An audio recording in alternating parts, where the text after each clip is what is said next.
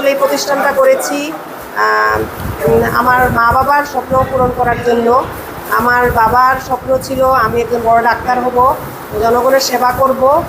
তারপরে আমার আব্বু মারা গেলেন। আমার মা অনেক কষ্ট করে আমাদের 5 ভাই বোনকে মানুষ করেছেন, আমাকে অনেক কষ্ট করে আমার মা ডাক্তার বানিয়েছেন। উনি মানসিক সাপোর্ট থেকে শুরু করে সব ধরনের সাপোর্ট দিয়েছেন। আমার মা যদি পাশে না থাকতেন আমি কখনো ডাক্তার হতে পারতাম না।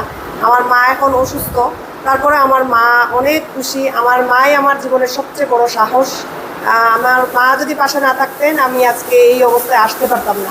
এখনও আমার মা অসুস্থ হইলেও আমার পাশে থাকলে, যতক্ষণ আমার মা আমার পাশে থাকেন, আমার মনে হয় আমার অনেক শক্তি আছে।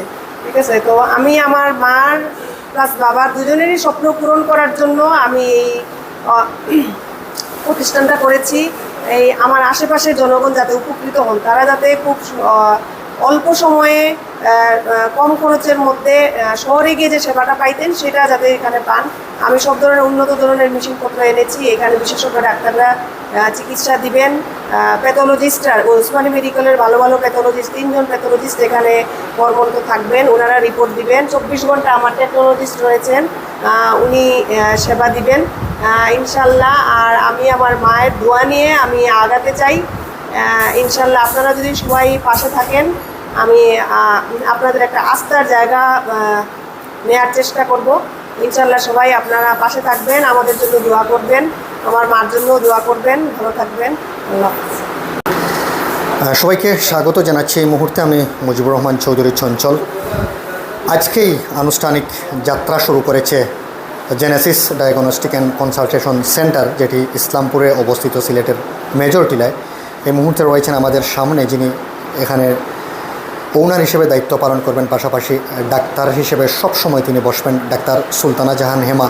একটু আপনার পরিচয় জানতে চাই ম্যাডাম, পাশাপাশি আপনি কেন এই প্রতিষ্ঠানটি খুলেছেন তাও কিন্তু আপনার জানতে চাই আপনার কাছ থেকে। আমি ডক্টর সুলতানা জাহান হেমা, আমি গাইনি কনসালটেন্ট।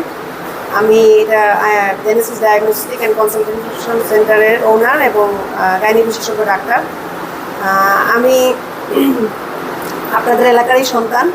আমি শাহপুরান উচ্চ বিদ্যালয় থেকে এসএসসি পরীক্ষা দিয়েছি, তারপরে এমসি কলেজে পড়াশোনা করেছি।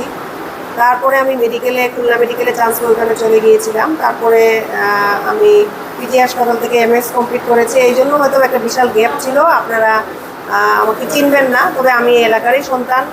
আমি